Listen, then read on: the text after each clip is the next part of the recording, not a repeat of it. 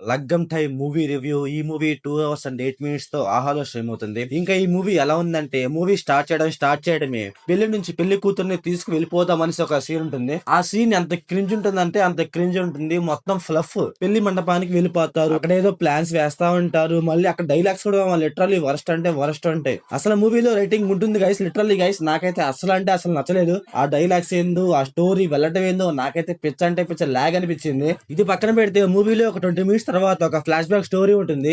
ఆ స్టోరీ ఉంటుంది మా లిటరల్లీ ఫ్లఫ్ అంటే ఫ్లఫ్. ఆ ఫ్లాష్ బ్యాక్ స్టోరీలో లవ్ స్టోరీ అంటారు కానీ అసలు ఆ లవ్ స్టోరీ ఎక్కడుందో, అసలు మన హీరో అండ్ మన హీరోయిన్ ఎలా కలుసుకున్నారు, అసలు మన హీరో అండ్ మన హీరోయిన్ ఎలా ప్రేమించుకున్నారు, వాళ్ళిద్దరికి ఎలా ప్రేమ పుట్టిందో ఏవో మరి. ఫ్లాష్ బ్యాక్ స్టోరీలో లవ్ స్టోరీ అంటారు కానీ అసలు ఆ లవ్ స్టోరీ ఎటు పడితే అటు వెళ్తా ఉంటది. అసలు సీన్ కి సంబంధం లేకుండా ఎలా పడితే అలా వెళ్తా ఉంటది. ఆ లవ్ స్టోరీ ఎండింగ్ కూడా అబ్రాప్ట్ గా ఎండ్ అయిపోద్ది. ఆ లవ్ స్టోరీకి ఒక ఎండింగ్ ఉండదు, ఒక పాడు ఉండదు, ఒక పద్ధతి ఉండదు మామ. ఎలా పడితే తీసారు ఆ లవ్ స్టోరీని. అలాగే అక్కడ కామెడీ ట్రై చేస్తా ఉంటారు, హిందీ ఇది అనేసి. ఆ కామెడీ కూడా మనకైతే పర్ఫెక్ట్ గా వర్కౌట్ అవ్వదు.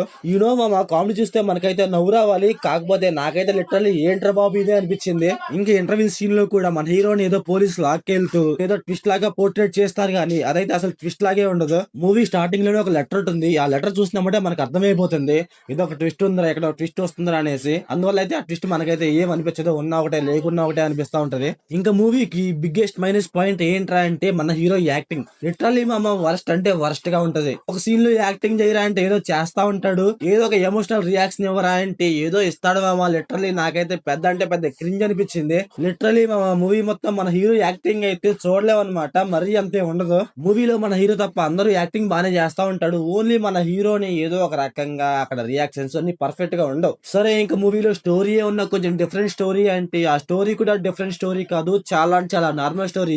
మనం చాలా మూవీస్ లో చూసే ఉంటాం. ఇది ఒక నార్మల్ స్టోరీ అయినా సరే మూవీలో way of the story telling guys literally చాలా బోర్ కొడుతుంది మనకి. పెళ్లి అంటారు, కిడ్నాప్ అంటారు, లవ్ అంటారు, కేసు అంటారు, అటు ఇటు తిప్పి గజిబిజి చేస్తా ఉంటారు. కిడ్నాప్లు, కేసులు ఇవన్నీ అంటారు. అవేంటంటే చాలా అంటే చాలా సిల్లీగా వెళ్తా ఉంటాయి. కిడ్నాప్ అన్నప్పుడు అది సీరియస్ గా వెళ్తా ఉండాలి, కాకపోతే సిల్లీగా వెళ్తా ఉంటది.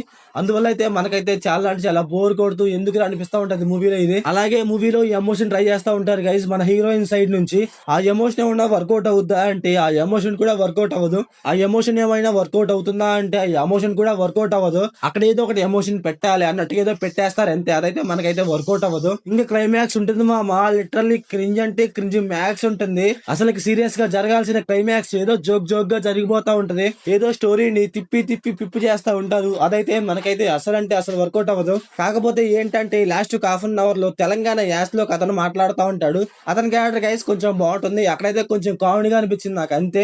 ఇంకా ఈ మూవీ ప్లాట్ లైన్ ఏంటంటే మన హీరో మూవీ స్టార్టింగ్ లోనే మన హీరోయిన్ పెళ్లి నుంచి లేపుకొని వెళ్ళిపోదాం అనుకుంటాడు. అసలు ఎందుకు లేపుకొని వెళ్ళిపోదాం అనుకున్నాడు, అప్పుడు ఏం జరిగింది ఏంటి అనేసి మనం మూవీలో చూస్తాం. ఇంకా ఈ మూవీ ఫ్యామిలీ వాచబుల్ అంటే మూవీలో 1 or 2 సాంగ్స్ ఉంటాయి గైస్. ఆ సాంగ్స్ లో లైట్ గా డిస్టర్బ్ చేయొచ్చు. ఇంకా మూవీలో డైరెక్షన్, విజువల్స్ ఇవన్నీ నార్మల్ గా ఉన్నాయి. సో ఓవరాల్ గా మూవీ ఎలా ఉందంటే నాకైతే నచ్చలేదు గైస్. మీరు మూవీ చూసి ఉంటే మీకు ఎలా అనిపించిందో కామెంట్ చేయండి. So thanks for watching.